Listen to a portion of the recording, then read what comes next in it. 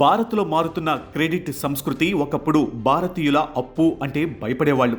ఇల్లు, బంగారం లేదా అత్యవసర పరిస్థితుల్లో మాత్రమే రుణాలు తీసుకునేవారు. కానీ డిజిటల్ యుగంలో కొత్త తరం ఆలోచన మారుతుంది. ఇప్పుడు క్రెడిట్ కార్డు అంటే కేవలం అప్పు కాదు, ఒక ఫైనాన్షియల్ టూల్గా యువత భావిస్తుంది.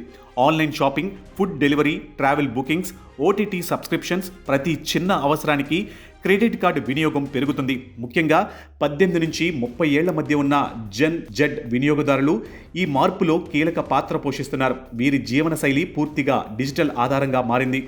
వీరు బ్యాంకులకు వెళ్లడం కంటే మొబైల్ యాప్స్ ద్వారా ఫైనాన్స్ నిర్వహించడానికి ఇష్టపడుతున్నారు. కేవలం జీతం కోసం ఎదురు చూడకుండా ఇప్పుడు కొనండి, తర్వాత చెల్లించండి అనే విధానం యువతలో వేగంగా పెరుగుతుంది.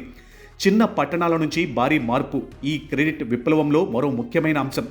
టైర్ 2, టైర్ 3 నగరాలు గతంలో క్రెడిట్ కార్డు వినియోగం ఢిల్లీ, ముంబై, బెంగళూరు లాంటి మెట్రో నగరాలకు మాత్రమే పరిమితమయ్యేది. కానీ ఇప్పుడు విజయవాడ, వరంగల్, విశాఖ, తిరుపతి, రాజమండ్రి లాంటి నగరాలలో కూడా డిజిటల్ బ్యాంకింగ్ వినియోగం పెరుగుతుంది.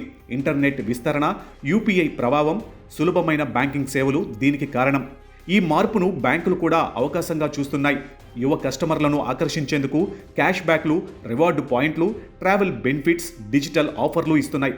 కొత్త తరం కస్టమర్లు భవిష్యత్తులో పెద్ద రుణదాతలుగా మారే అవకాశం ఉండడంతో బ్యాంకులు వారిపై దృష్టి పెడుతున్నాయి. అయితే క్రెడిట్ వినియోగం పెరగడం వల్ల కొన్ని ప్రమాదాలు కూడా ఉన్నాయి. అవసరానికి మించి ఖర్చులు చేయడం, క్రెడిట్ కార్డు బిల్లులు సమయానికి చెల్లించకపోవడం, అధిక వడ్డీలు చెల్లించాల్సి రావడం ఇవి యువతకు ఆర్థిక సమస్యలు తీసుకురావచ్చు. కాబట్టి క్రెడిట్ కార్డు అనేది అదనపు డబ్బు కాదు, సరైన పద్ధతిలో ఉపయోగిస్తే ఆర్థిక సౌలభ్యం ఇచ్చే సాధనం.